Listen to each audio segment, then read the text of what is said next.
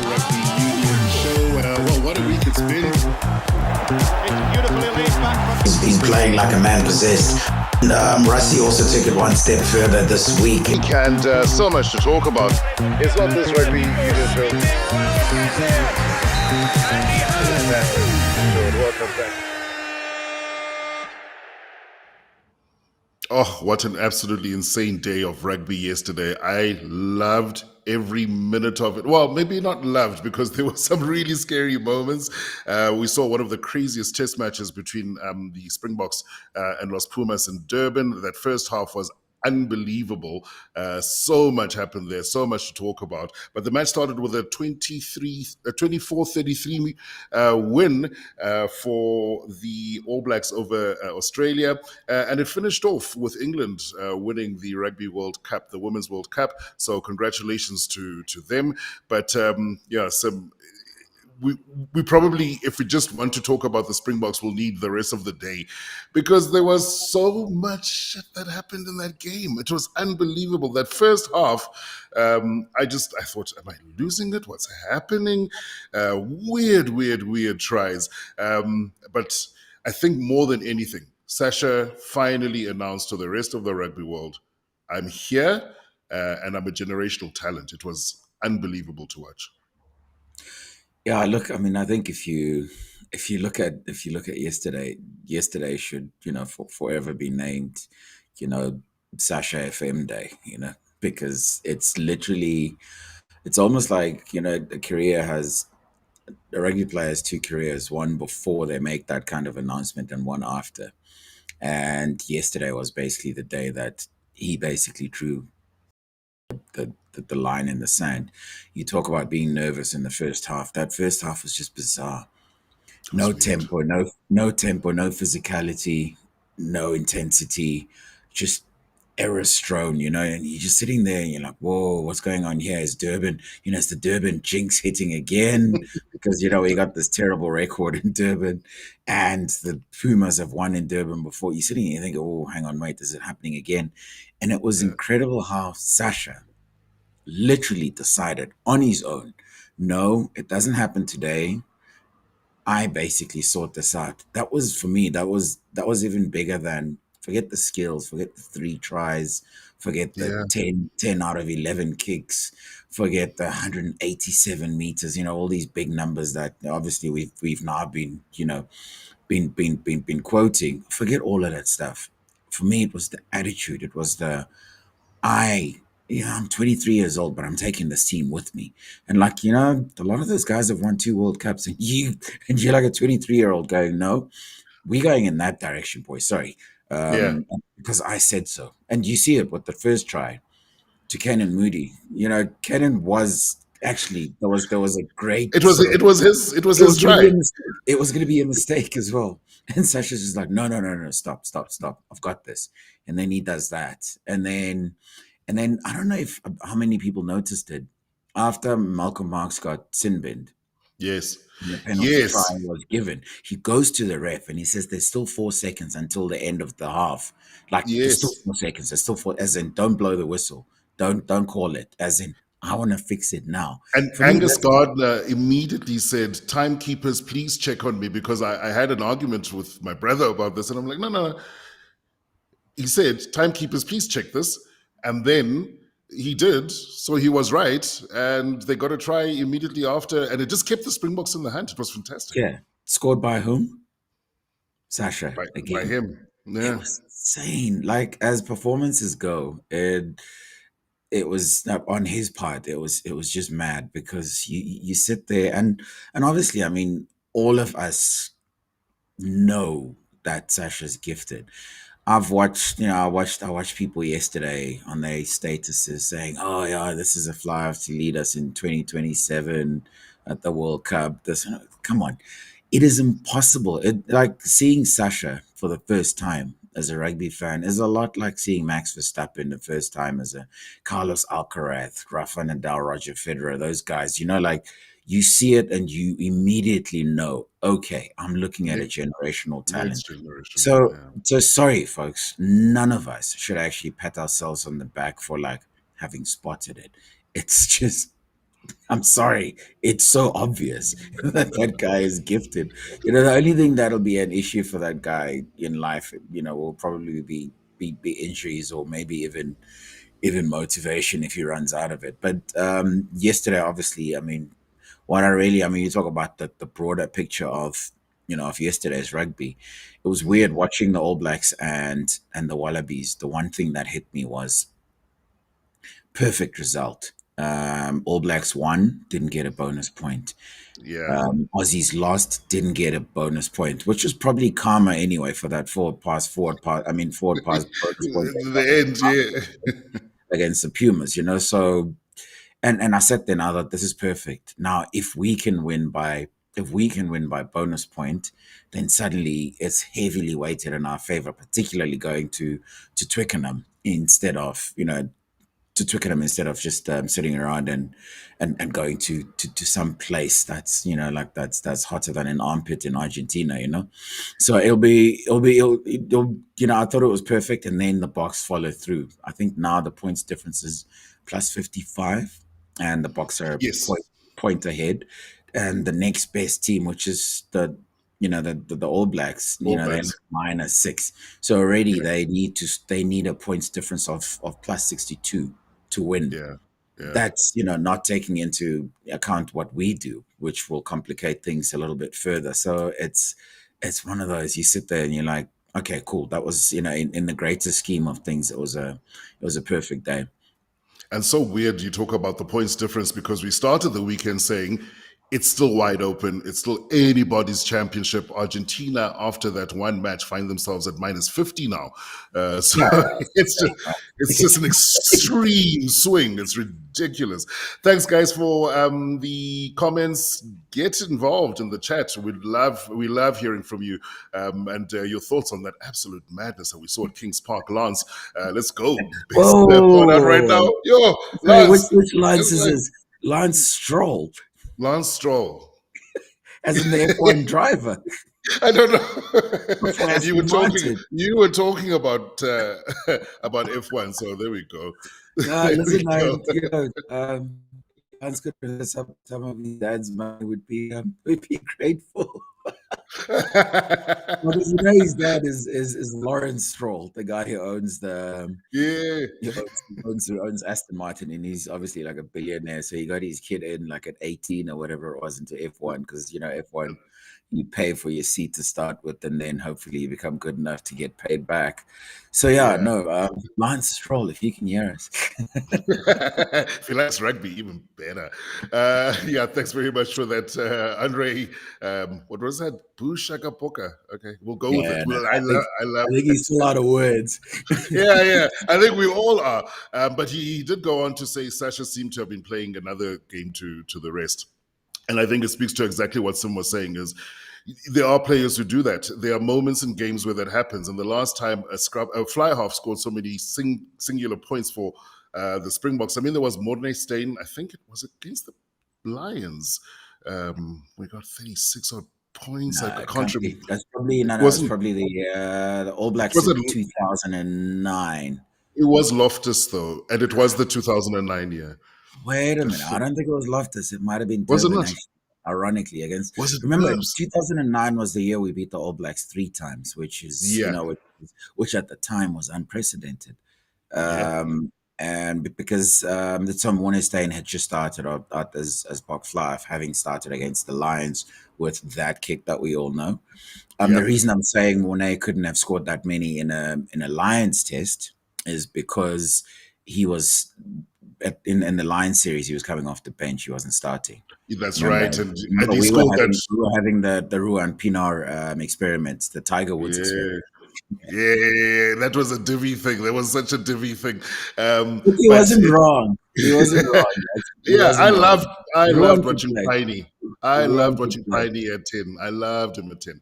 But there was the Yanni De Beer with the 5 drop goals in the quarterfinal Yeah. against England. And I think this is right up. I'm going to say something about that. That's sort of Sacha related. I was talking to one of the Stormers coaches some time back. Oh, this is before the Glasgow Warriors quarterfinal in the URC.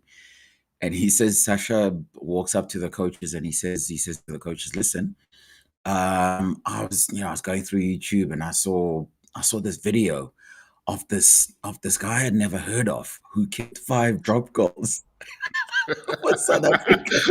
I sat Some there, oak. I thought it's such a generational thing for him to have no idea who this guy is. Johnny De Beer, Right. who's that? You know, Who's that? like, and he says, yeah, Man. no. So he says he did that, and he was like, you know what? I think that's really doable. And the coach, like, instead of like kind of saying to him, dude, stop being mad and stop not knowing your history, he kind of tries to egg him on by saying, because Sacha says, I did the maths, it's like 15 points, as in, 15 free points. And Yeah. he says, the coach, instead of saying, dude, stop being an idiot, then he goes, you know what? 30 sounds even better, as in just keep going. Because like Yeah, Sasha's don't kick stop. is so great that he could do something like that. And so that was his intention going into that game. It didn't quite happen. I don't know if you remember the game. Very early in the game, he gets a drop goal over, but then he Yes. stops kicking, and then they lose the game and whatever. But the irony for me was that obviously he went into that game trying to emulate and do better than Yanni De Beer, Yanni. and he's done it in a Boks jersey now. That's He's because insane. Yanni's was second Yes. before yesterday. He's now third behind Percy Montgomery. Behind Monty. Yeah. Monty is was 35, was against the country of his birth, Namibia, Yeah. which was quite yeah. So yeah, it was one of those things that hit me yesterday. It's just like I just remember that story, and I was just like, "Geez, but So I love these chats with you so much. Is if there's anyone listening, there's a little quiz answer for you when it comes to a couple of them when it comes to Monty. And I think it was Walvis Bay. I think is it. yeah, he's from Yeah. Valfis. Yeah. I love those. Thanks very much for those comments. Keep them coming. Super Bowl Joel says Cheslin's own try reminded me of when you play your little brother in basketball and spot him. 5 points to make it interesting. But Chesy, but Chesy had a game. Hey, I love that description though, like own try, yeah, because that's exactly what it was. that's what it is. But Chesy had a game because I think. For a moment there, he would have thought, "Oh gosh, have I just cost us, us And Cheslin takes it over seriously. 7 points?" Remember him in the final, sitting in the sin bin. Yeah, Yeah, I yeah, remember him sitting. Yeah, like Cheslin takes it very personally, that stuff. So yeah, yeah, you're 100% right. He would have been thinking, "Oh, geez, what have I done here?" yeah. I looked at that again, and I'm going to rewatch this match just because it was so crazy. There was so much that happened, but obviously he kicked the ball. To his teammate, I think Angus Gardner was right. I was angry in the moment, and That Angus, was the but law. It's literally the law. and you're allowed to play it fast. Not dropped it. Yeah. Yeah, you're allowed to play it fast, so nothing wrong. The only thing I will say is that if you take it again, that ball didn't go past the 5. So you could have potentially gone back and said, okay, maybe that's with a restart or a scrum, but to Argentina. But hey, well done for Chocobares spotting it, knowing his law, Yeah. putting Yeah. it down, playing until the whistle. We tell all the kids to do it when they're at school.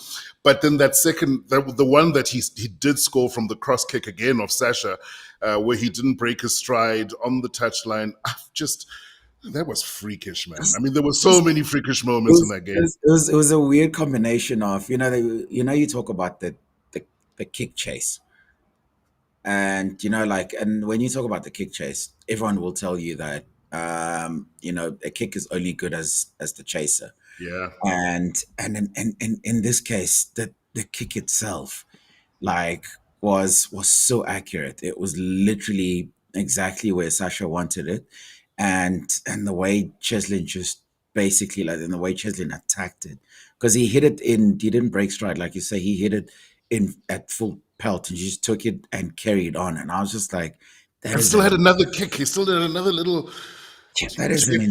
I mean, insane Jesus, try. come on. He may as well have handed the ball to him, like it was so accurate. It was almost Yeah. like he's right here. Oh, here you go. That thing was probably about 40 meters diagonal. And And flat. he hit him exactly. And I was just like, oh, this guy. Look, I mean, I know it's now becoming another such a thing, whereas actually we're trying to talk about, But Cheslin, discipline, but yeah, yeah, yeah. look So at his the fingerprints all over this game. Yeah, but so I mean, my final thought about Chesy is that he came off after I think about 54 minutes, which is weird. That's something you never see. You don't see him play Now, for less than an hour. somebody was talking sort of like a knock. He's supposed to have taken a knock, and remember, for Cheslin to go off is a big thing because Yeah, he might not be a big man, but that's easily one of the toughest guys I've ever seen on a rugby field. yeah, he is an So insurance policy, isn't he? yeah, so maybe we probably should brace for not having him. If that makes sense, we should brace for not having him at Twickenham next weekend. But Yeah, hopefully that's not the case because I just like you say, you say Cheslin is insurance. I feel so much better when Cheslin is on the field because then you know that you know if we're behind, something magical is bound to happen, and usually he's the guy that sparks it. yeah, there's a moment that could. Super Bowl Joel again, like Tom Brady in his prime, dropping it on a dime. Absolutely, the accuracy of that cross kick. Andre as well saying, same. How was that cross kick? The speed and catch on a perfect delivery. Absolutely agree. It was just so beautiful to watch. So I hope he's going to be fine for Twickenham because I still want to go in with a level of confidence. I don't know if it's as much of the unknown anymore playing at Twickers. It's a bit of a home ground, I think, for the Springboks. And I still find it strange that the Argentines decided to have their home game in London.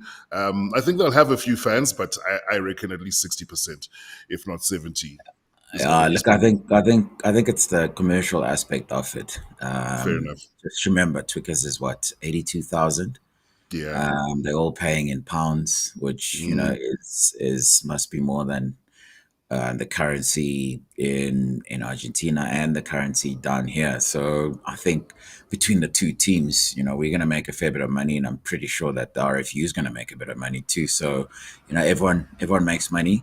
I mean, the weird thing for me is that a Southern Hemisphere tournament will be decided in the Northern Hemisphere. Just that's the one sort of hang on, wait, what goes on there as far as I'm concerned. But I kind of get why they're doing it, and obviously I think we've had this discussion where I said I wonder if it's a smart decision because if say for argument's sakes Argentina was as heavily in it as they were going into this weekend to win, that is, if they'd gone and won it at home, imagine the Mm. money they could demand as first time rugby championship winners. But Right. as it turns out, in a strange way, it was the right decision if the whole point was, for sort of, it was for commercial gain. So it kind of like, it's like, what, at least they get that money, they've had a good season, and everyone's kind of happy with what they get in the end, I guess. Yeah, no, it's a big decision. It's going to be interesting. I mean, I love watching rugby at Twickenham. It's a really special ground. And Elijah, thanks very much for the correction. It's not Twickenham. It's called Twickenham. Allianz Twickenham Arena. I love that. It's fantastic. And it's true because there are going to be so many South Africans there. And there was a question here as well, which I'd seen about Willemse as a campo, who asked a question saying he saw Willemse had an ice pack on his hamstring. Do you guys know of any other injuries? And it's right, when they cut away, that's after he'd come off the field. Sacha switched to 15 and Mani had come on. He had his an ice wrapped around his leg, but it didn't look terribly serious for me. He was standing up, moving around. I think it's just a bit of precaution. Other injuries that you might have picked up besides Chesy? I didn't see I saw anything major. I saw Pieter-Steph strapping himself though. Yes, he Strapping, sort of took the tape from the his doctor. own, yeah, strapping his own knee, like, let me sort this out. It's one of those weird ones. If a player gets to strap himself, then maybe it's not that serious. Yeah. But if it came down to a doctor strapping him, then we're probably talking about a bit of a problem. So maybe also like Pieter-Steph, just universal soldier, man. You know, like the Xhosa commentators call it, the universal soldier. No Uh, retreat, no surrender. And he actually had a sensational game, by the way. he had a It's one of those things. phenomenal game. Yeah, you look at Sacha's numbers, especially the running meters, 187. When backs run like that, it's in open space. Also he spent time at fullback, which means he would have been, running it back from fullback, which means again you're just racking up the numbers. Um, Mm, but but the thing about Pieter-Steph is, I think he had the second most running meters, which is 66. But that's 66 running traffic, eh? It's yeah, like think yeah. of Joburg traffic, and and then talk 66 meters, like from all those carries and 2 tries, and typically just throwing himself around. The guy just works himself to a standstill. It Yeah, like yeah, he like does. one of the biggest issues we're gonna have in this country is trying to replace that guy. Like that is we talk about generational players. It's one of those things. It's easy to call a back a generational player because, well, they smooth with it. They skilled, but those boys up front. It's tough to call them that, but Pieter-Steph definitely is a generational player because he's such a freakish athlete and he just doesn't stop. He runs all day and his mentality is bulletproof.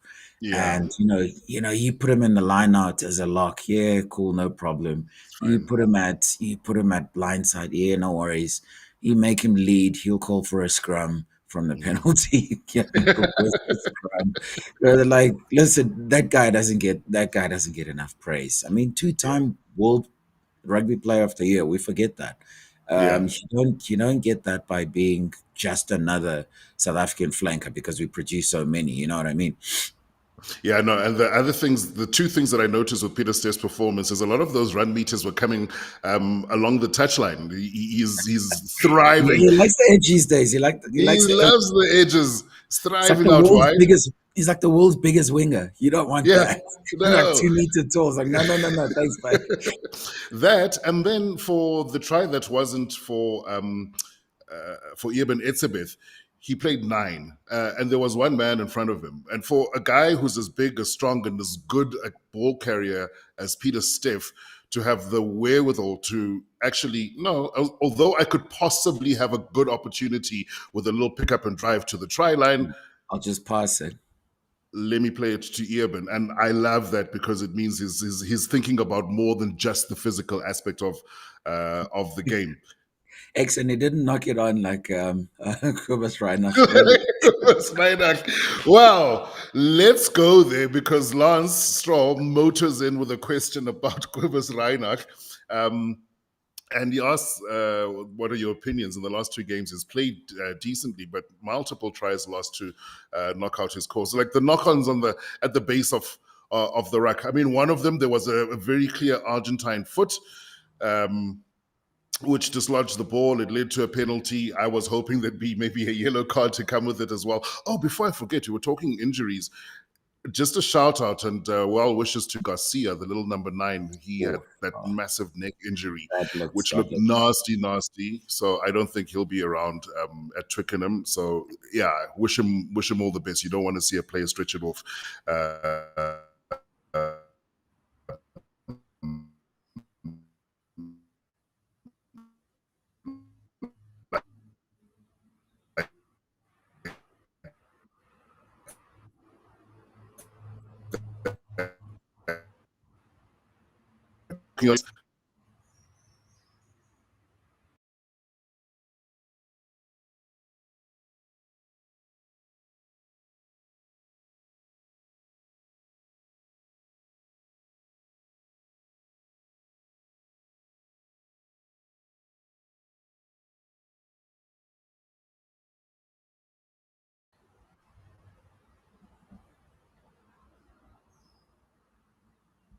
X, are you back with us?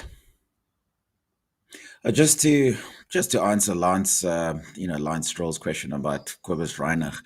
Yeah, it's one of those interesting ones in that of the scrummers we have now, he's probably the most senior. And then what you probably need is to make 100% sure that you've got that experience. And I mean, I'm still not 100% sure why Faf de Klerk has been put out to sort of semi pasture, because there was that weird thing where he wasn't part of the team to go to New Zealand, and then he joined late, almost as a replacement for Bongi Bonambi. But Kobus does sometimes, although he's actually had two very good games over the last 2 weekends of the Boks. He does strike me as a scrum half who needs the stars to be a little aligned at the ruck to sort of deliver cleanly. And for me, that could be a bit of a problem, simply because if teams know that they can get you off your game at the base of the ruck, they most definitely will keep pushing. So, for example, I think a guy like Kobus Reinach would struggle really badly playing against an Irish team, or Ireland itself, or one of those Irish teams, because one of the things they do is at the ruck at the very last moment, just when you think yes, it's fine to clear the ball, there's always some guy who kind of like flops over on sideways onto the ruck and flops into the path that you're going to pass, or into and they just push someone into you. And then, so like, yeah, it's one of those tricky ones. He is the most experienced guy you have, so you go with that guy because these games are the important ones. But by the same token, it's one of those weird ones. You've got so many good scrum halves, most of them not even in the squad. But the problem is, obviously, guys, the guys haven't shown Rassie and Co what they need to be shown, and therefore they need to now sort of work their way back. Guys like Jaden Hendrickse. I know a lot of people don't rate Jaden. I rate him very highly, but I also have to admit, even as a Jaden fan, that he just hasn't been on it. Sort of the last few months, and so he needs to regain it. He needs to do it again. So I think we rely on him because he's the most experienced guy we have left. But you do have obviously the other guys like Krappy, like Grant Williams, that that are pretty decent players themselves. Yeah, thanks for that. Sorry, I'm fighting gremlins this morning. But Grant Williams would have played had it not been for a minor niggle. So I'm pretty sure he'll probably get a chance to start again at Twickenham. And I do enjoy watching Kobus Reinach off the bench a little bit more than when he starts the match. That injection of speed, I think, becomes very, very useful in terms of picking up the tempo, which is something that you saw the Springboks try and do yesterday. And then, of course, Krappies, I think, had a great game. And that try that he finished off, for me, probably the best team try the Boks have scored this season. When I say team try, I mean, there have been some great individual moments, but it just went through the hands. The momentum was relentless. There was just absolutely no answer for the wave on wave on wave. The handling, the skill was just phenomenal. And he rounded it off, I thought, very well. Clearly, you just love an offload, don't you? Because that's love all an that offload. was about. It was just like, and I love it from an Ergia. Oh, like Ergia is. Look, I'll get back to the boring stuff. The team try. Let me go to Ergia. That guy should have been a basketballer. Seriously, like he would have been the world's biggest basketballer. I get it, but and most physical basketballer. But like like his ability to get an offload away, like his awareness, his ability to know where the next guy is gonna be and how to find that next guy is insane. Simply because you'll see him. There'll be 2 or 3 guys around him, and you're thinking, nah, he's just gotta, he's gotta do the right thing here and just die with it, and then he can, and then you can take it from scratch again. And then somehow you see the ball, like this periscope, just like, get the ball out, and you're like, I don't know how the hell that's happened. How did he get it out? I think the only other person Erges Neyman could be second to in terms of being able to offload is Sonny Bill Williams. anybody else. I'm sorry, I don't see Yeah. anybody in that league. But anyway, we probably should do a few more questions now.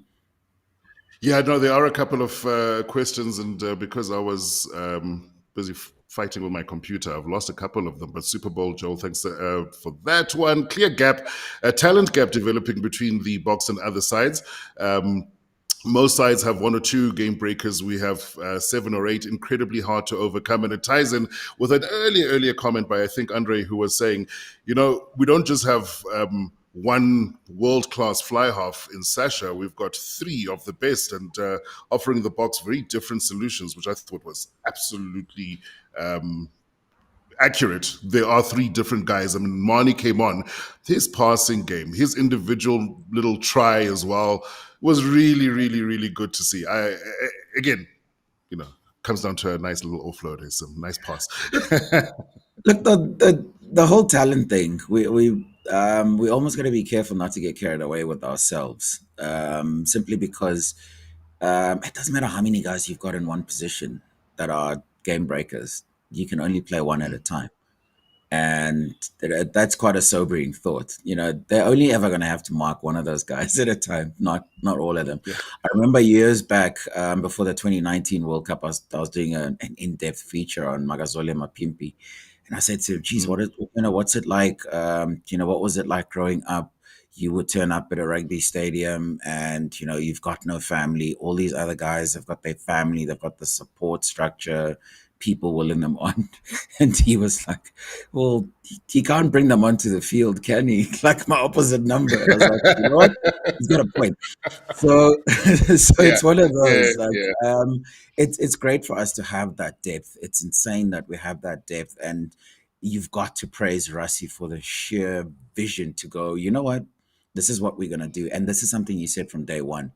Because I think we've always been known as a country that produces an insane amount of talent, but we've never quite harnessed it. And, to get someone who's one of whose sort of ideas was, we are going to harness that talent, and we're going to make sure that it takes us all the way forward. We almost at a point where we're going to reap the rewards of that. I imagine the actual proper reaping of the rewards would be at the 2027 World Cup, but we are sort of well and truly on the way to doing that, simply because, I just can't remember who said that. We've made this decision to have that many guys and to spread them all over the field. And that's the other thing. We try to play all of them at the same time, because if you look at, say, the 23, when Ox withdrew, we didn't get a hooker to come and replace him, or we didn't get a hooker to replace Jan-Hendrik Wessels when he had to move to prop on the bench. We got Eskom instead, which is Marco van Staden. And the point there was a guy who's played really well in the Rugby Championship was being given an opportunity to be on the field with the others. And as you saw, Marx played the full 80, except for obviously the 10 minutes he spent on the sidelines. And the whole thinking was, get your best players onto the field. And we almost had like a weird sort of cheat bomb squad from the 5-3 split we had on the bench, where he came on, where Marco came on with 16 on his back, but he was actually one of the loosies. I think he was at open side, and Kwacha went to 8 after Jasper left, and Pieter-Steph stayed, because you don't move Pieter-Steph. It's quite smart how we keep looking at, geez, why is Rassie changing all these positions? Forget the fact that we've got the game breakers, like we've discussed. It's also the making guys play so many different positions. It's to try and make sure that you're almost cramming 30 players worth of 30 players worth of squad into a match day 23, because these guys can do so many things. They're all like 1.5 players. They're not just a single player. So it's quite an interesting strategy, and it's difficult to try and work out what they're doing half the time. But long may it continue, as long as it gets us a three-peat, Yeah, we saw that jigsaw play out as well. Sia coming off, Jan Hendrik coming on, and then it was Damian de Allender who was playing on the side of the scrum, who was a flank. and they got a penalty from that. So I thought, wow, this is phenomenal. Still dominating them despite those switches. So point well taken. The movements, because I mean, obviously you think Andre Esterhazy, he's the guy, and that's, we've been talking about it. And is he the guy who's going to be expected to come in? But Dukes did it, and he did very well. And talking about Damien, all the centers, wonderful game. I mean, we'd seen the other Damien go at 12 in the match against the All Blacks at Wellington, and thought, oh, there you go. There he looks very settled there. He creates quite a lot. I just thought those carries, the bust ups from the centers, especially in the second half as well, was phenomenal. Really, really, really, really good. They didn't lose anything because of the presence of a Sacha, for instance, and the kind of game that it turned out to be. I thought they were very solid in the carry. Yeah, it's one of it's. I think Kenan Moody is one of the silent assassins that we need to keep an eye on. Look, again, he's another guy. He's another guy who just arrived on the first class scene and basically looked the part immediately. He looks like a quiet guy. He doesn't cause trouble, but he's a tough little guy. I remember an under 20 story about him where he broke. I think he broke his hand, and in the act of scoring against the Argentina under 20 side. And this was like in the 40th minute or whatever it was. And he went on and finished the game. So, he's a very, very tough guy, but he doesn't look it. And, I'm sitting now in the South African context. It's insane, our center pairings. Remember, our sort of longest serving center pairing is Damien Dialende and Jesse Creel. Behind that, you've got Damien and Lucanio Am. And then behind that, you've got a really nice combination that did for the All Blacks at Twickenham before the World Cup in 2023. That's Andre Esterhazy and Kenan Moody. Last week we had Damian Willemse and Kenan Moody, and you just move it to Damien Dialende and Kenan Moody, and it's all seamless. That is just dangerous in terms of the ability to just get someone to step in and there be no sort of discernible difference in terms of the efficacy and whether the guys can do their job or not. So we're at center was probably a place we probably needed to start worrying about. All of a sudden we've got these options and lots of them. It's quite interesting to to see how that works. Obviously it's just a matter of which flyer goes with which inside center, because I think that tends to matter, because Esterhazy tends to play his best rugby next to Andre Esterhazy, and it's almost like he needs his own personal bodyguard or whatever. And so that's probably the combinations we're going to start sort of needing to talk about. We might end up having to think about maybe someone like Pollard going with Damien Willemse, because Damien's is more of a playmaker as opposed to another sort of physical player. So it's look, these are nice problems to have as long as you get them right and trying to solve them, because you could get them wrong because you get seduced by the fact that you've got so many of these guys, What I love about what you've just said is that we haven't even factored in Ethan Hooker as a center. Exactly. And he is a center. He's not a wing. It's like the Jean de Villiers story, starting his career on the wing and then moving in. On the wing and moving in. Yeah. And I thought he had a very solid game as well. I'm sure he would have wanted to score a try, but he managed to put Pieter-Steph away it was Pieter-Steph's first try. And Andre Moody is the future. Love how he operates. Yeah, me too. I think he really is special. And under the high ball, I keep saying it, is really special. And you say, still the waters run deep. Still waters run deep. And then, Elijah, this is an interesting one, because there was a lot of talk about Sacha and maybe being the guy who overplays or has a tendency to want to do it all himself. So he asks, is there any fear that the hype might get to Sacha? He's got a little concern about that, and the ego that he's building might just get the better of him. And it's very hard to tell, because with rugby players, I know you need to have a daring. You need to be Wingert. I think that's That's the word. If you're not Afrikaans speaker, arrogance, I think, is probably the closest to translation on the rugby field, at least, in order to be able to execute some of these daring things that we see a player like him do. Is there worry there, Sim? I don't know. I haven't really heard of too much. I mean, there was the little incident with the injury that he didn't announce to the Springbok management team, and that left him in hot water. And I think the thing about Rassie and his squad, his management team, is they'll drop you, regardless of who you are or how well you play or whether you're world class or not. He's got, I think, no time for ill discipline. So hopefully that'll be one of the things that sets him on track if he goes off. But it seems fairly level-headed. Look, he is level-headed. He comes across as level-headed. You never, even as a writer, you never really know these guys in the classical sense of, do I know this guy? I know that he's approached some of the guys at the Stormers because they know him as a kid. When I say guys, I mean the coaches, and just said to them, look, if I ever get ahead of myself, if you ever think I'm getting ahead of myself, tell me. But to start answering the question, you've got to say, first thing you got to say is Sacha wouldn't be human if he wasn't aware of any of this. I mean, you've got grown men like us, kind of like going on about him being a generational talent. Sacha FM and all of this stuff. You wouldn't be human if you didn't, get a little intoxicated by that. To drink your own Kool-Aid a little. You wouldn't. And he's 23. What were we doing when we were 23 years old? We probably had a fair bit of sort of the wrong kind of ego.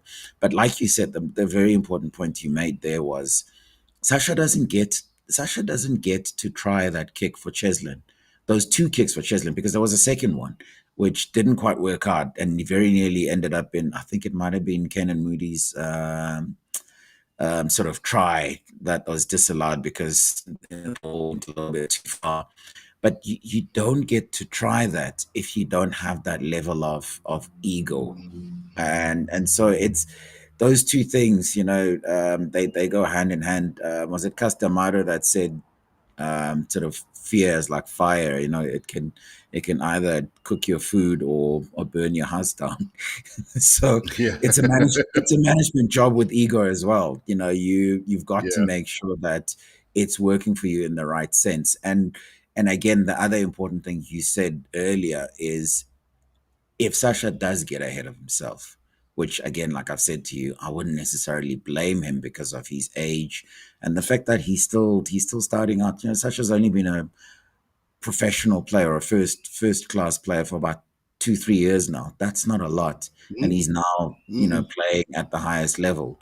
So if he does get that, you have to remember he's got Rassie Erasmus, who will tell you every time, I was Windgat, and so he has no respect. He has no respect for that. He's not going to let you slide. I mean, you see that almost control he has over someone as established as Sia, or, a lot of those 2-time World Cup winners, all those like when Rassie says they do, there's no sort of big arguments. If you do argue, like you say, you're out. And so he's got Rassie, he's got his coaches at the Stormers, and he's got the Boks players, the Boks senior players, guys who've won 2 World Cups, guys he's trying to be like. And so, long story short, I'd be surprised if he didn't get a little bit carried away himself. But by the same token, I think he's in the right environment to manage that. Yeah, we had Dobbo on not too long ago on this podcast, and I think he's got guys who have that soft touch of the human as well. Rito was also on here not too long ago. Hlungwane, the Stormers coach. I think he's surrounded by some pretty decent blokes who've got their heads on screwed on straight. So hopefully it rubs off and just keeps them in line. But I agree with you, Sim. I mean, these guys are young men, who get paid insane amounts of money to be superstars, and they do at times behave like rock stars. We should expect it, but it's all about how you dust yourself off, bounce back, and just keeping it as pro as often as possible. Mvubu saying the dropout law, the ball doesn't need to go 5. Only the opposition needs to be behind the 5. I'm going to rewatch that because it looked to me like Chokobares ambled onto the ball. He didn't sprint into the 5 to go and dot it He down. did. So He did try did to he? Did, maintain. He did try to maintain the 5. One thing you could tell from that entire sequence was that of the players involved, he was the one player that was most aware of what the law he was. knew what was coming. Yeah, he Yeah, knew what but he well was doing. played. So he did Yeah, kind of try well. to hold off. I think by the end, he may have strayed over the 5. But Mm. like sometimes you almost need something like that to remind us, what the laws are. Because yeah, like we all got upset. Like, hang on, what's this guy doing? Cheslin's clearly trying to kick the ball to Damian Willemse, but punt Yeah. it, don't drop it. He'll never do that again. Absolutely guaranteed. We've got to wrap things up. I can't believe how long we've been going. There's so much that happened in that match, and I'm sure that when we get to talking on later on in this week as well, in the lead up to the second test match between the two teams, we'll still be reflecting on some of what happened in this one. But in terms of Rugby Championship, we spoke about the injuries, or at least it looks like the Boks, by and large, unscathed. Argentina are going to certainly be counting the cost of that match, as are the Aussies.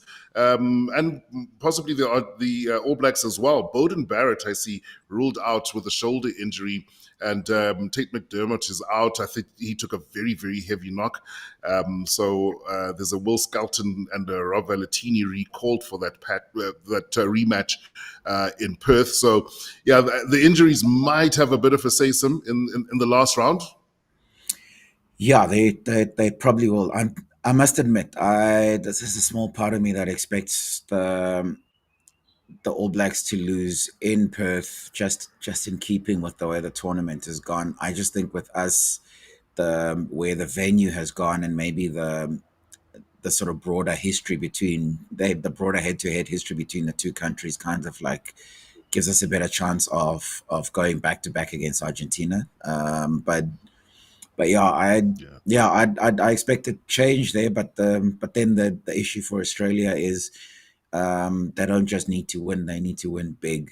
They need a bonus point first, which would take them to 16 points and one ahead of us. And then you'd have to hope that the Pumas beat us, by bonus points, and we don't get to within 7 points of them, which would be a big ask. Look, I mean, advantage by the looks of it, it's all advantage South Africa, but this has been one of those tournaments where, for a change, you haven't been able to say what's going to happen next, which is such a great thing, and the great pity. I know we got to go now. The great pity is that, having finally had probably the best rugby championship tournament in the history of this thing since 2012, we don't have it next year because we've got this All Blacks and Boks tour. Whoops. Yeah.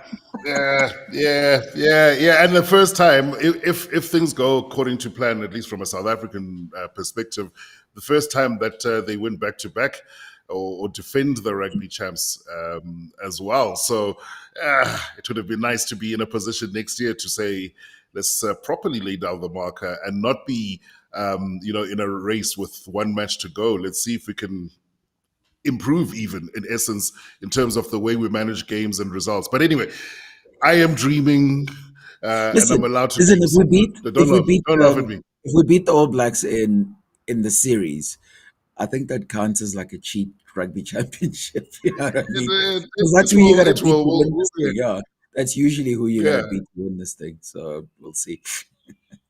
And then just final thought, I still feel like there's so much of this match we didn't even touch on just because it was so crazy, so helter-skelter in that first half. But talk to me as a final thought about that first half against Australia in Johannesburg. Obviously was one of the best performances I've seen the Springboks put together over 40 minutes. But there seems to be something that went amiss in that match. We didn't start off by strangling the team. We didn't start off by doing that suffocation that the Boks do, where they are in the game, the opposition, that they do play, they do match the scoreboard, but you do see them tire out, having to tackle and tackle and tackle and tackle until they go away. And Argentina, I felt, at some stage in the second half, went away. Like New Zealand, at some stage in Wellington in the second half, they went away. They gave up. They conceded the game to the Springboks, and then that score just the roof. Do you think that it's a matter of that? Is that the Springbok game plan? That Yes. actually what we're trying to do is to get them to go away. And in Johannesburg, what we did was play. Yeah, we overplayed. We didn't just play. We overplayed. We kind of like we almost ran ourselves off our own feet, which was a bit silly. Yeah, but you know, we spoke to Tony Brown before the Aussie test, like the week before the Aussie test, and I said to him, look, every time we've spoken to your players, they've been going on about how brutal the conditioning, the conditioning sort of work has been. And I said, is that deliberate? And then he basically said, you know what, for us to play the way we want to play, we need sort of like that insane tempo to play at an insane tempo and to be able to and intensity and to maintain it. And so it is deliberate. They're doing it on purpose, and it's a bit like when we lost to Australia. I think one of the good things we did on the show was to harp on about that first 20 minutes and those 22 points. I think at the time we said, you know, if they can play like that for longer, some really good teams are going to be put away, and we're starting to see that. And that is the point, and I think it is starting to happen. And the scary thing is we still leave so many opportunities on the table, and Yeah. so it's going to be quite interesting to see how it, when it finally clicks, because at the moment you still have to admit, although there are team sort of efforts, New Zealand, Wellington, you have to say that was a team effort. Yesterday, you have to say that was a team effort. But Damian Willemse dominated Wellington. Sacha dominated yesterday. Durban. If you sit and you kind of like, what happens if all these oaks kind of like rise to a similar level in the same match, like they all can? Some really good teams are going to be put away. Yeah, I can't wait for it. Let's see. I won't call him long-suffering Welshman. Paul has got a surprise. Is it a graphic here for us? Oh, Because he's a gee. Springbok. He's a Springbok supporter. Jeepers, Paul, what maths have What you is put he? up here for What us? is what is So he? he's What is he? An actuary as well? So what are we looking at? hey, come defend yourself. What is this? Okay, so it's a scenario matrix. Okay, so this is about next week and what needs to happen in order for there to be a winner of the championship. So South Africa, if they win with a bonus point and New Zealand loses, right, then South Africa wins outright. Yeah? Am I on it, Paul? And then likewise in the second row, if South Africa wins with a bonus point, New Zealand do win, but they don't gain a bonus point, then South Africa still wins it. But there are a couple of scenarios where the Kiwis do have a chance. I do think that points And difference they have to hopefully put will. Australia away by a lot. Yeah, I think they'd need Yeah, to score. They'd have to gun for scoring 40 or 50 points. And and then yeah, I don't know. we'd have to lose reasonably badly to Argentina. Yeah, as well, which I Yeah. don't see. Even if they do win somehow, um, I don't know if that's going to make a huge difference in terms of just denting that points difference. Elijah, there's a suggestion that you said we must do a show with Tim Egg Chasers. We'll actually reach out to him. That would be great fun. He's an awesome guy, and I love his take on what happens. And he was in South Africa not too long ago as well. Thanks very much, everyone, for joining us. Loved talking this match. Keep the comments going because I thought it was phenomenal. And there's so much stuff that we didn't get a chance to go over, individual performances that we didn't touch on at all. I mean, Thomas du Toit, for instance, will probably have been the heaviest fined guy in the fines meeting, gave away a couple of penalties, though he was good in other aspects of the game. the bomb squad and its new sort of look and the way it's morphed. There's so much that we've left out. I call it the grenade squad now because it's no longer the big thing.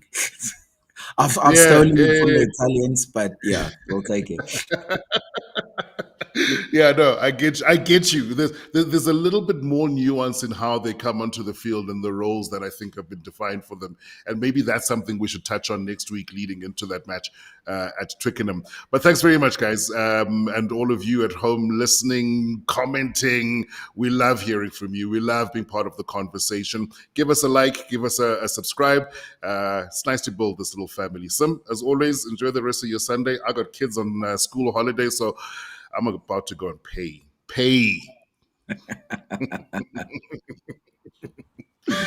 Cheers, everyone.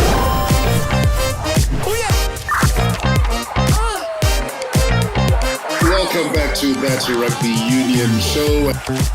Well, what a week it's been. He's playing like a man possessed. And so much more. It's not this Rugby Union show. It's that Rugby Union show.